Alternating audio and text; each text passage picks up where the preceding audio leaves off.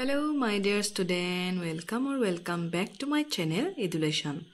Jone more video Education আজি প্ৰথমবাৰ বাবে চাই আছা এসকলক স্বাগতম জনাইছো মোৰ চেনেললৈ আৰু যিসকলে আগৰ পৰাই মোৰ চেনেলটো সাবস্ক্ৰাইব কৰি থৈছা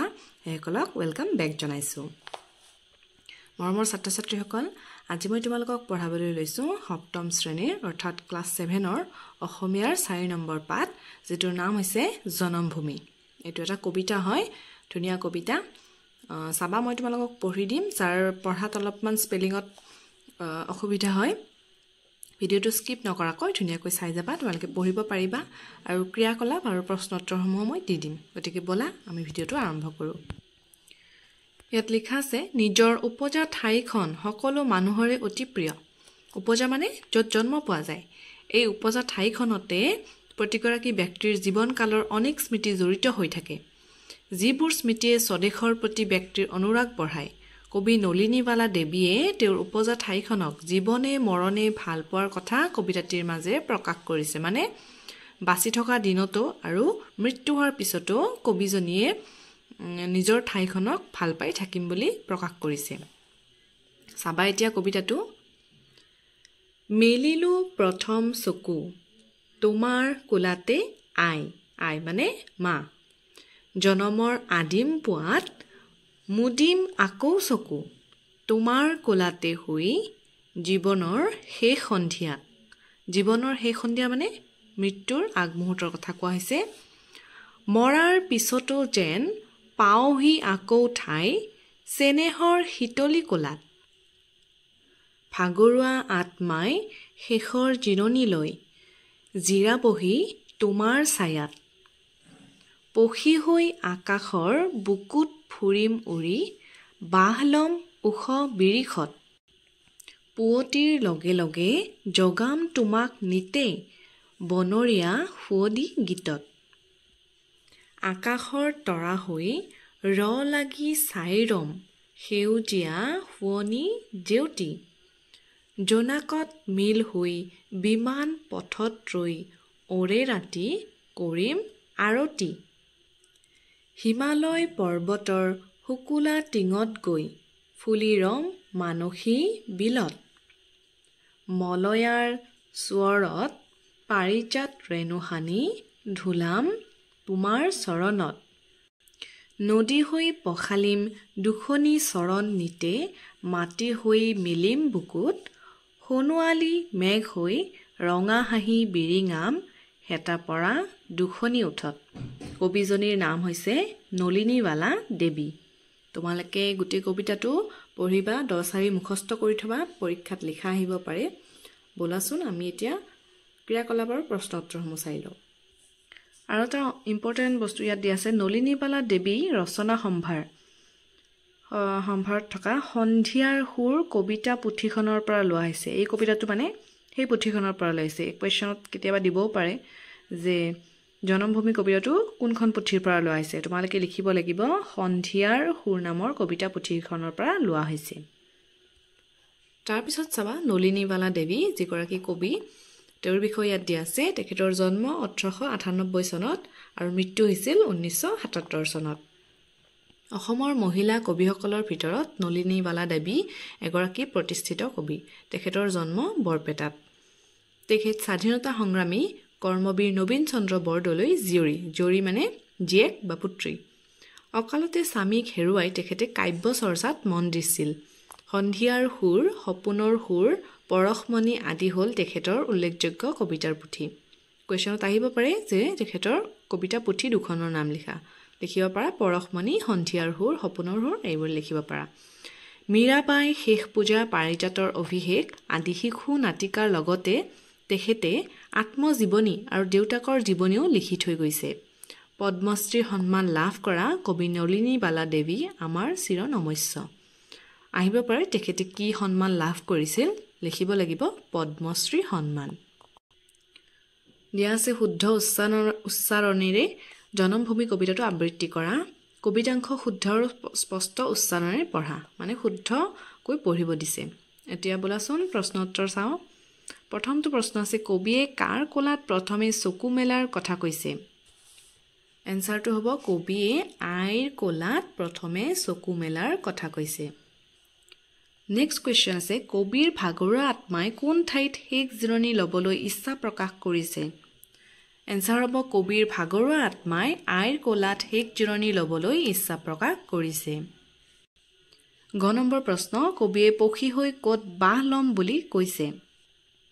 এনসাৰ হ'ব কবিয়ে পক্ষী হৈ উখ বিৰিখত বাহ ল'ম বুলি কৈছে ঘ নম্বৰ প্ৰশ্ন কবিয়ে হিমালয় পৰ্বতৰ ক'ত আৰু কি হৈ ৰ'ব বুলি কৈছে এনসাৰ হ'ব কবিয়ে হিমালয় পৰ্বতৰ হুকুলা টিঙত গৈ মানসী বিলত ফুলি ৰ'ব বুলি কৈছে তাৰ পিছত 4 নম্বৰত চাবা উদাহৰণ দিয়াৰ দৰে কবিতাটোৰ পৰা অন্ত মিল থকা শব্দবোৰৰ বাছি লিখা অন্ত মিল মানে শেষত যিটো শব্দ মিল আছে ঠিক দিয়া আছে পুৱাত সন্ধিয়াত ইয়াতে ত আৰু ইটোও ত হৈছে গতিকে হেনেকে মিলাই লিখিব দিছে কোলাত ছায়াত বিলত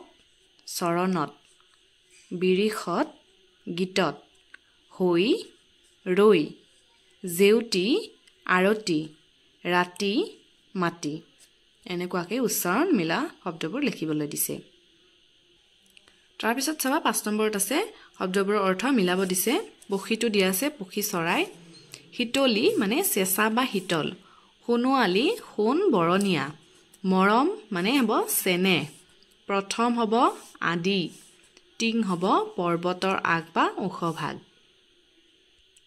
6 নম্বৰত দিয়া আছে মদিম আকৌ চকু তোমাৰ কোলাতে হৈ জীৱনৰ শেষ সন্ধিয়াত ওপৰৰ কবিতা ভাষীৰ গদ্য ৰূপ হ'ল জীৱনৰ শেষ সন্ধিয়াত তোমাৰ কোলাত হৈ আকৌ চকু মুদিম এই উদাহৰণটো চাই তলৰ কবিতা কেইভাষী গদ্য ৰূপত লিখা মানে দুটা আকৌ দিয়া আছে এই দুটা লিখিব দিছে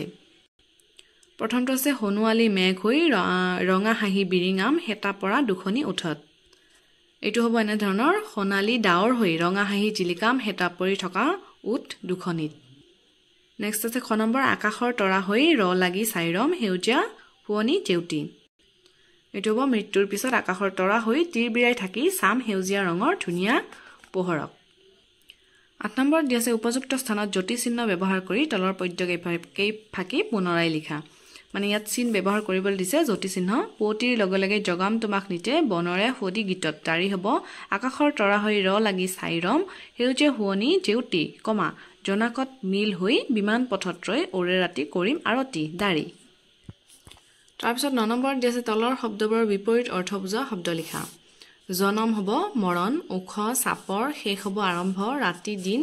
চা পোহৰ দুখীয়া ধনী 10 নম্বৰত দিয়া আছে ছবিসমূহৰ তলত দিয়া শব্দবোৰৰ খালী ঠাইসমূহ বিশেষণ পদেৰে পূৰ কৰা কি হ'ব মানে এইটো হ'ব ৰঙা জবা এইটো হ'ব হেউজীয়া পাত এইটো হ'ব কলা ছাতি ঠিক তেনেকৈ ইয়াত দিয়া আছে বন্ধনীৰ ভিতৰত থকা শব্দবোৰৰ পৰা বিশেষ্যৰ বিশেষণ পদবোৰ বাছি ভাগে ভাগে লিখা এতিয়া আমি জানিব লাগিল যে বিশেষ্য আৰু বিশেষণ পদ কি হয় বিশেষ্য পদ হৈছে যি পদে কোনো প্ৰাণী বস্তু ঠাই গুণ অৱস্থা কাৰ্য আদিৰ নাম পোনপটীয়াকৈ বুজায় তাকেই বিশেষ্য পদ বোলে মানে যদি কিবা এটা শব্দ যদি আমাৰ প্ৰাণী কোনো এটা প্ৰাণী যেনে বাঘ মেকুৰী সিংহ এইবিলাক যিকোনো এটা বস্তু যিকোনো হ'ব পাৰে গাখীৰ মাছ যিকোনো কলম কাগজ এনেকুৱা বা ঠাই এডোখৰৰ নাম ডিব্ৰুগড় গুৱাহাটী এনেকুৱা যদি থাকে কাৰ্য কিবা এটা কাম কৰা যদি বুজাইছে এনেকুৱা বস্তুবোৰ থাকিলে কি হ'ব বিশেষ্য পদ হ'ব আনহাতে বিশেষণ আছে যি পদে আন এটা শব্দৰ দোষ গুণ অৱস্থা সংখ্যা পৰিমাণ আদি প্ৰকাশ কৰে পৰিমাণ মানে কিমান পানী আছে বা সংখ্যা 5 6 7 পৰিমাণ বুজাইছে বা কোনো এটা বস্তুৰ গুণ বুজাইছে যেনে ভাল আৰু বেয়া এইটো গুণ বুজাইছে কিবা এটা অৱস্থা বুজাইছে দুখীয়া ধনী এনেকুৱা হলে কি হ'ব এটো বিশেষণ পদ হ'ব গতিকে ইয়াত বিশেষ্য পদ কি হ'ব প্ৰাণী বস্তুৰ ঠাইৰ নাম যেহেতু গতিকে নাম এতে লৰা মানে এটা নিৰ্দিষ্ট মানুহক বুজাইছে আকাশ পানী কাউৰী এটা নাম বুজোৱা হৈছে ন গাখীৰ মাছ গতিকে কেটা হ'ব বিশেষ্য পদ বিশেষণ পদ ভাল এয়া গুণ বুজাইছে তাৰছত সৰু মানে পৰিমাণ বুজাইছে সৰু হলে তাৰছত বগা যিকোনো এটা কালাৰক নিৰ্দিষ্টভাৱে বুজাইছে নীলা লেতেৰা একেটা হ'ব বিশেষণ পদ 7 নম্বৰৰ এনসাৰটো দিব ৰৈ কৈছে চাবা 7 নম্বৰটো আছে পাঠত থকা জনমভূমি কবিতাংশৰ মূলভাৱ লিখা উত্তৰ হ'ব নিজৰ জনমভূমিখন সকলো মানুহৰে অতি মৰমৰ এই জনমভূমিখনৰ লগত প্ৰত্যেকজন ব্যক্তিৰ বহু স্মৃতি জড়িত হৈ থাকে এদিন এইখন জনমভূমিতে মৃত্যু হ'ব লাগিব কবিয়ে কবিতাটোত প্ৰকাশ কৰিছে যে মৃত্যুৰ পিছত মানুহৰ আত্মাই জিৰণি ল'বৰ কাৰণে এই জনমভূমিতে আহে মৃত্যুৰ পিছত চৰাই ৰূপত এই জনমভূমিৰ ওখ বৃক্ষত বাহ ল'ম বুলি কবিয়ে কবিতাটোত প্ৰকাশ কৰিছে মৰাৰ পিছত আকাশত তৰা হৈ তীৰ বিৰোৱা কথা কবিয়ে উল্লেখ কৰিছে মৃত্যুৰ পিছত হিমালয় পৰ্বতমালাত ফুলি ৰম বুলি কবিয়ে কবিতাটোত কৈছে নদীৰ ৰূপত দুখনি ভৰিক ধোৱাম আৰু মাটি হৈ প্ৰকৃতিৰ বুকুত মিলি থাকিম বুলি কবিয়ে কৈছে অৱশেষত কবিয়ে কৈছে যে সোণালী ডাৱৰ হৈ হেতা পৰা উট দুখনিত হাঁহি বিৰিঙাম বুলি কৈছে আকৌ এটি কবিতা দিয়া আছে গীতিকাৰ মানে যোনে লিখিছিল তেওঁ হৈছে সৈয়দ আব্দুল মালিক এইটো এটা গীত হয় মই তোমালোকক পঢ়ি দিছোঁ জীৱনে মৰণে মই চিৰদিন অসমীয়া দেহে প্ৰাণে মই জীয়াই থাকোঁতে মই অসমৰে অসমীয়া মৰিলেও বৰিলম অসমৰ অমীয়া মৰণ সুৰ লগাই গালে এনেকুৱা জীৱনে মৰণে মই চিৰদিন অসমীয়া দেহে প্ৰাণে মই জীয়াই থাকোঁতে মই অসমৰে অসমীয়া মৰিলেও বৰিলম অসমৰ অমীয়া মৰম মৰিলেও বৰিলম অসমৰ অমীয়া মৰম অসমৰ হকে যদি অসমৰ হকে মোৰো ধৰ্ম মোৰ জাতি মোৰ অসমীয়া প্ৰাণৰ আপোন অসমীয়া প্ৰাণৰ আপোন গীতটো এনেধৰণৰ আশা কৰিছোঁ গীতটো শুনি তোমালোকে ভাল পালা গোটেইখিনি পঢ়ি ল'বা এয়া লিখক হৈছে সৈয়দ আব্দুল মালিক তেখেতৰ জন্ম 1919 চনত আৰু মৃত্যু হৈছিল 2000 চনত অসমীয়া সাহিত্যৰ এজন বিশিষ্ট গল্পকাৰ উপন্যাস নাট্যকাৰ আৰু কবি তেখেতৰ জন্মস্থান আছিল গোলাঘাট জিলাৰ নাহৰণিত তেখেতে 1977 চনত অসম সাহিত্য সভাৰ সভাপতি পদত অধিষ্ঠিত হৈছিল অঘৰী আত্মাৰ কাহিনী নামৰ উপন্যাসৰ বাবে তেখেতে সাহিত্য অকাডেমি বঁটা লাভ কৰিছিল কোৱেশ্যনত আহিব পাৰে তেখেতে কোনখন উপন্যাসৰ বাবে সাহিত্য অকাডেমি বঁটা লাভ কৰিছিল এনসাৰ হ'ব অঘৰী আত্মাৰ কাহিনী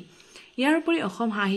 অসম উপত্যকা বঁটা শংকৰদেৱ বঁটা আৰু পদ্মশ্ৰী পদ্মভূষণ সন্মানেৰে তেখেতে সন্মানিত হৈছিল মৰমৰ ছাত্ৰ ছাত্ৰীসকল এইখিনি আছিল তোমালোকৰ সপ্তম শ্ৰেণীৰ 4 নম্বৰ পাঠ জনমভূমি আশা কৰিছোঁ ভিডিঅ'টোৰ পৰা তোমালোকে লাভান্বিত হ'বা কবিতাটো মুখস্থ কৰিবা আৰু মই যিখিনি কুৱেশ্যন আনসাৰ দিছোঁ লিখি ল'বা আজিৰ ভিডিঅ'টো ইয়াতে সমাপ্ত কৰিছোঁ আকৌ এটি নতুন ভিডিঅ'ৰ সৈতে লগ পাম আজিলৈ ইমানেই